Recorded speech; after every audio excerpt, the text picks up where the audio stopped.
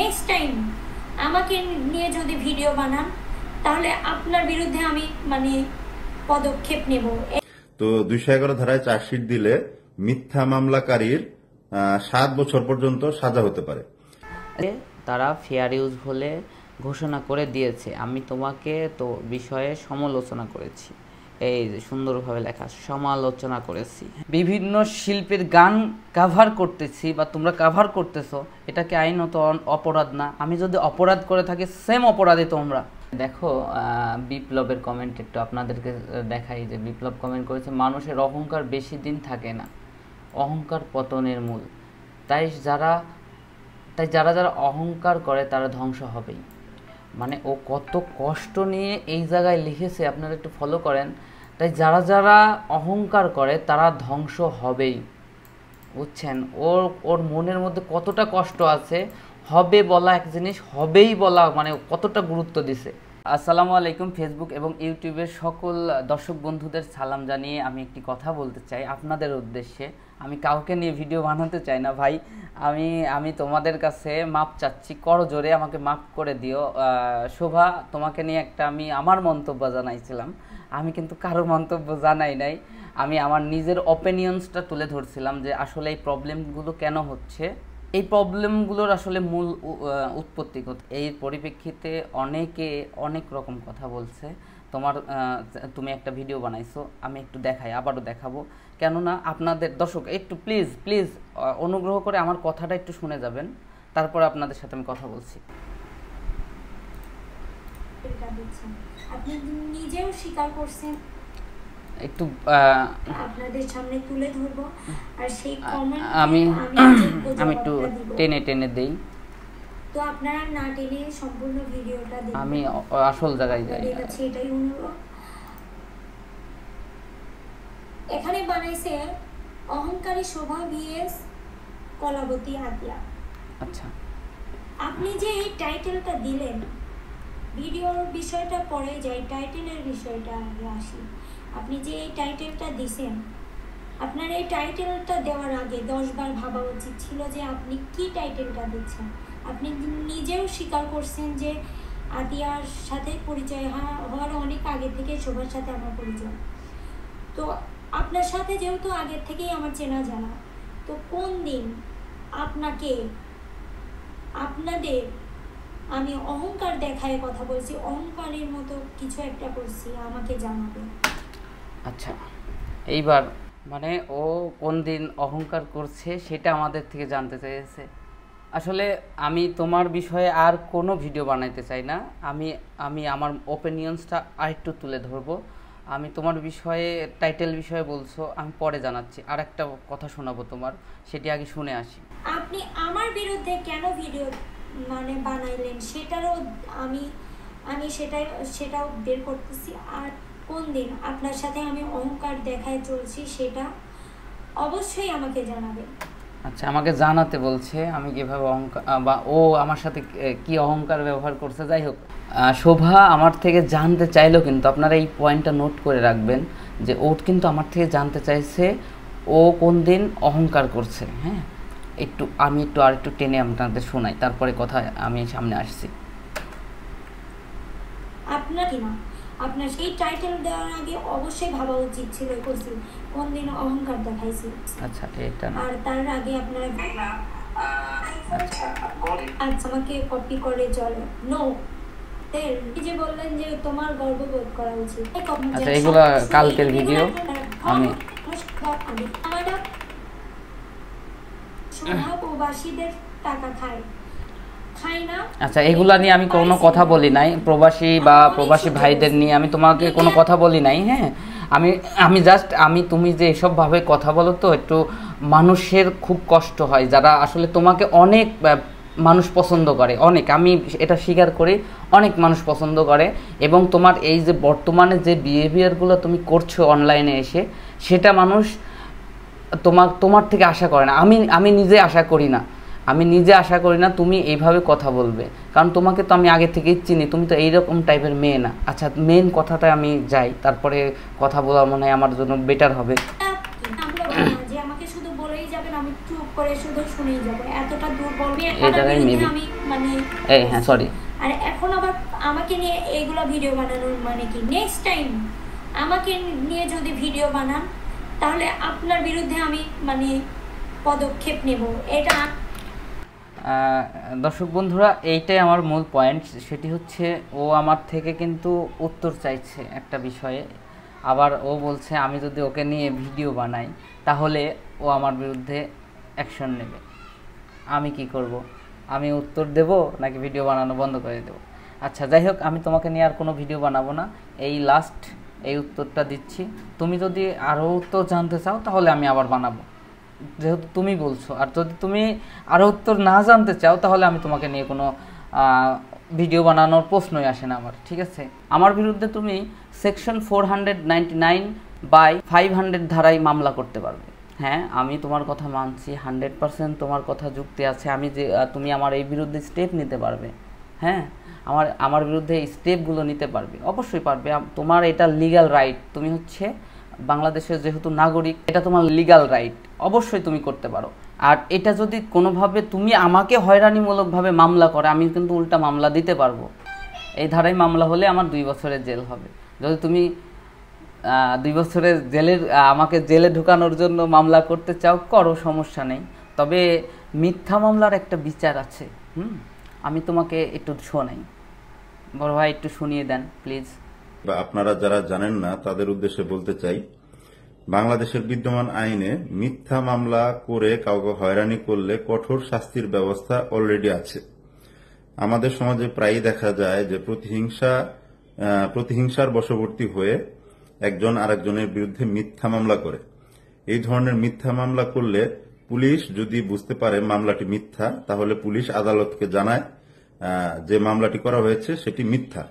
তখন আদালত তার বিচারিক সিদ্ধান্ত দিয়ে মিথ্যা মামলাটি খারিজ করে দেয়। মিথ্যা মামলাটি খারিজ করে দেওয়ার পর পুলিশ সেই মিথ্যা মামলা যে করেছেন তার বিরুদ্ধে দ্য পেনাল কোডের 211 ধারায় চার্জশিট দিয়ে থাকে। তো 211 ধারায় চার্জশিট দিলে মিথ্যা মামলাকারীর 7 বছর পর্যন্ত সাজা হতে পারে। স্পয়লার অ্যালার্ট, আমি কিন্তু ওনাকে চিনি না, ওনার আমি ভিডিও দেখি, ওনার চ্যানেলটা আমি মেনশন করে দিলাম, এই ওনার পেজ, আমি ওনার পেজের প্রত্যেকটা ভিডিও দেখি। এবং যারা আপনারা আইনের বিভিন্ন বিষয় নিয়ে জটিলতার প্যাচের মধ্যে আটকায় গেছেন, আপনারা ওনার ভিডিও দেখবেন, আপনারা অনেক অনেক সমাধান পেয়ে যাবেন ইনশাল্লাহ। আচ্ছা, এখন ঘটনা হচ্ছে তুমি আমার নামে মামলা করলে 2 বছরের, আর আমি যদি তোমাকে মিথ্যা প্রমাণ করে দিতে পারি তাহলে তোমার কিন্তু 7 বছরের। আইন কিন্তু সবার জন্য সমান। সো আইন নিয়ে বাড়াবাড়ি করা ঠিক না, আইনের প্রতি সম্মান রেখে বলতে চাচ্ছি।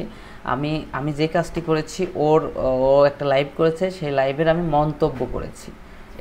এটা ইউটিউব কি বলে, আমি ইউটিউবের একটু মতামত আপনাদেরকে দেখাচ্ছি, ইউটিউব এটাকে লিগেল বলছে কিনা। হ্যাঁ, আমি একটু দেখেন আপনারা।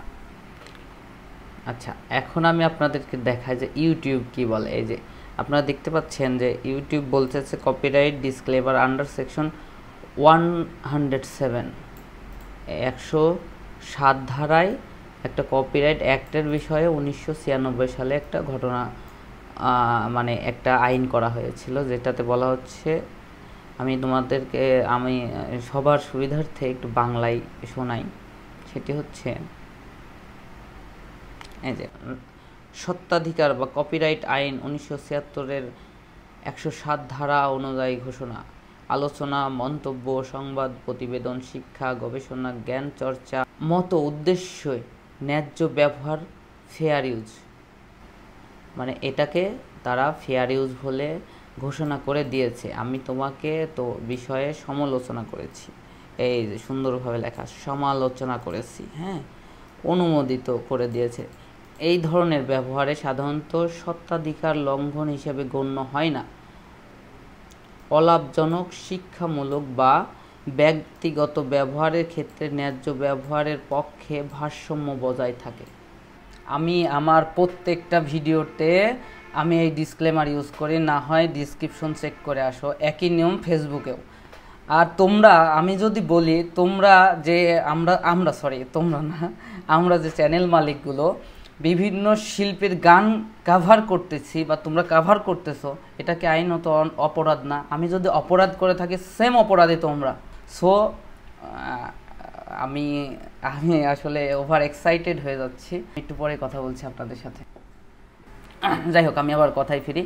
আপু, আমি তোমাদেরকে নিয়ে কোনো দিনও মানে এইরকমভাবে আশা করি নাই আমাকে ভিডিও বানানো লাগবে, বা আমি বিশ্বাস এখন পর্যন্ত করতে পারছি না যে তোমাদেরকে নিয়ে আমি এভাবে ভিডিও বানাবো। কিন্তু আজকে আমি বাধ্য হয়েছি কি জন্য, দেখো এমন একটা পর্যায়ে ঘটনাটা গিয়েছে, আমার কমেন্ট বক্সে দেখো, আমি কিন্তু এদের কাউকেই চিনি না, বিশ্বাস করেন আমি কাউকেই চিনি না। তোমরা অনেকেই অনেককে চিনতে পারো, কেননা তোমাদের অনেকের নাম্বার দেওয়া থাকে স্ক্রিনে। আমি কোনোদিনও কারোর সাথে যোগাযোগ করতে পারি না, কেননা আমি যদি নাম্বার দিয়ে দেই সবাই আমাকে কল দেবে, আর আমার সেই সময়টুকু আমি তাদেরকে দিতে পারি না। একজন প্রবাসী ভাই যদি আমার সাথে 10 থেকে 15 মিনিট বা 20 মিনিট কথা বলতে চায়, আমি যদি তাকে সময় না দিই তার মনক্ষুণ্ণ হবে, আমাকে বলবে আমি অহংকারী বা আমি যাই হোক এরকম কথা শুনছি, যার কারণে আগে দিতাম, প্রচুর আগে 2022-এর দিকে আমি নাম্বার দিতাম, তারপরে ওই নাম্বারটাও বন্ধ করে দিয়েছি, টিমো বন্ধ, হোয়াটসঅ্যাপ বন্ধ, আমি কারোর কোনো নাম্বার দেই না।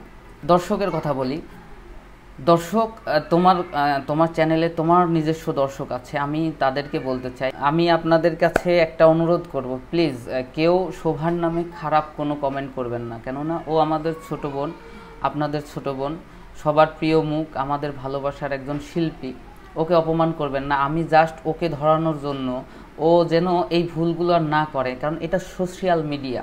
এই ভিডিওটা তুমি যদি ডিলিট না করো, মনে করো সারা জীবন তোমার এই ভিডিওটা রয়ে যাবে।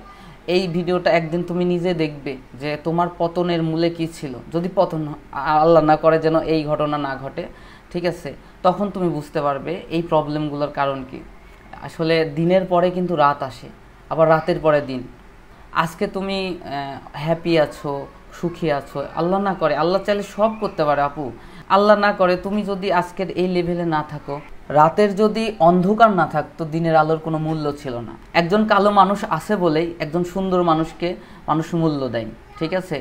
একজন কালো মানুষের জন্যই কিন্তু সুন্দর মানুষের এই প্রকাশটা ঘটে, যে আমি সুন্দর, ওর চাই আমি সাদা, তো এটাই তো, ঠিক আছে।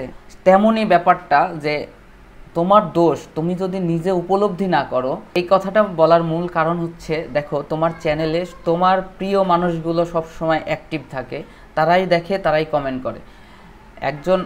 আমি এগুলো বললে অনেক বলা হয়ে যাবে, আমি সরি, আসলে না বললেও হচ্ছে না।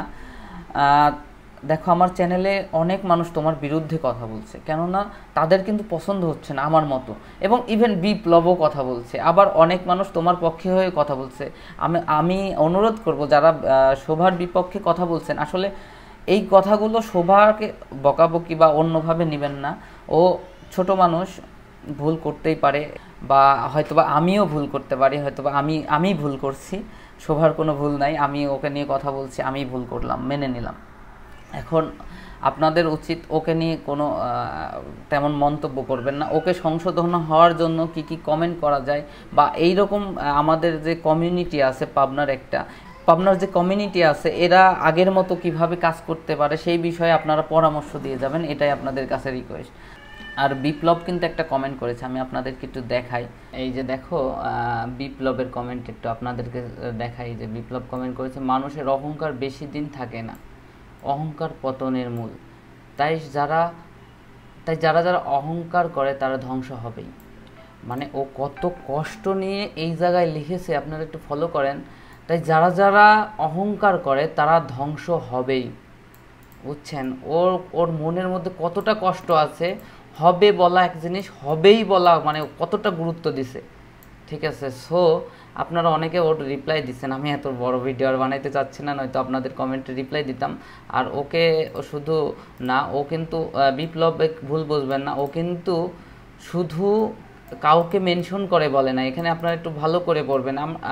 আপনারা অনেকেই হয়তোবা বুঝতে ভুল করতে পারেন। ও লিখেছে কি, তাই যারা শুধু কিন্তু একজন মানুষকে স্পেসিফিকলি ও বলে নাই, ঠিক আছে।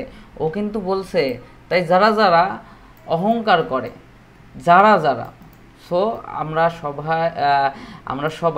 সবাই মানবজাতির শুরু থেকেই তো হিংসা, মারামারি এটা চলে আসছে। তো আমরা একটু কম করে আমরা ভালো কাজগুলো বেশি বেশি করি। বন্ধুরা, আপনারা যারা আমার আগের ভিডিওটা দেখেন নাই কিন্তু এই ভিডিওটা দেখে ফেলেছেন কিন্তু আগের ভিডিওর সম্পর্কে জানেন না, আপনারা যদি জানতে চান আমার এই জায়গায় যে আই বাটন আছে এখানে ক্লিক করে দেখতে পারেন, অথবা আমি ভিডিওর শেষে ইন্ড স্ক্রিনে দিয়ে দিব এবং ডেসক্রিপশনে দিয়ে রাখছি, আপনারা দেখে নেবেন যে আমি ভুল বলেছি কিনা। আসলে আমি এত কথা বলতে চাইনি, তুমি আপু আমাকে বলার জন্য বলেছো, যার কারণে বললাম। আমি টাইটেলটা নিয়ে যদি তুমি জানতে চাও, টাইটেল কিন্তু ভাইয়া আমি ওইভাবে দেই নাই যে তোমাকে ছোট করার উদ্দেশ্যে, জাস্ট তোমাকে আমি একটা ভুল করছো অনলাইন জগতে, তুমি এভাবে কথা বললে তোমার নিজের সম্মান হারাচ্ছ, যার কারণে আমি এই কথাগুলো বলেছি। প্লিজ ক্ষমা সুলভ দৃষ্টিতে দেখে ক্ষমা করবেন সবাই। আর আমি বিদায় নিচ্ছি। অবশ্যই আপনাদের মূল্যবান মন্তব্যগুলো সাবলীল ভাষায় বলবেন। দেখুন, আপনারা যারা ফেসবুকে কমেন্ট করেন তারা হয়তোবা অনেকেই জানেন না, আপনারা অনেকেই এমন ভাষায় কথা বলেন যেই ভাষাগুলো ফেসবুকের কমিউনিটি গাইডলাইন অমান্য করে। আর যদি আপনি অমান্য করে এই ভাষায় বুলিং করেন তাহলে কিন্তু আপনার নিজের পেজে অটোমেটিক তারা একটা রেস্ট্রিকশন দিয়ে দেয়। সো আপনাদের পেজটা আপনাদের কাছে আপনাদের প্রোফাইলটা আপনাদের কাছে অনেক মূল্যবান হতে পারে। সো আপনারা আপনাদের মতামত সাবলীল ভাষায় বলবেন। অবশ্যই আমরা এতটাও বেবুঝ না যে আপনাদের কথা বলবো না, আপনারা অল্প একটু বললে আমরা টোটাল বুঝে নিতে পারবো ইনশাল্লাহ। তো যাই হোক, আপনারা যেভাবে ইচ্ছা বলেন, তবে বুলিংটা আপনাদের নিজ স্বার্থেই কম করেন। যাই হোক, সবাই ভালো থাকবেন, সুস্থ থাকবেন, আমার জন্য দোয়া করবেন এবং আপনার সকল মিডিয়ার সদস্যের জন্য দোয়া করবেন এবং আল্লাহ তাদেরকে নেক হেদায়েত দান করুক, সেই কামনায় বিদায় নিচ্ছি। সবাই ভালো থাকবেন, সুস্থ থাকবেন। আল্লাহ হাফেজ।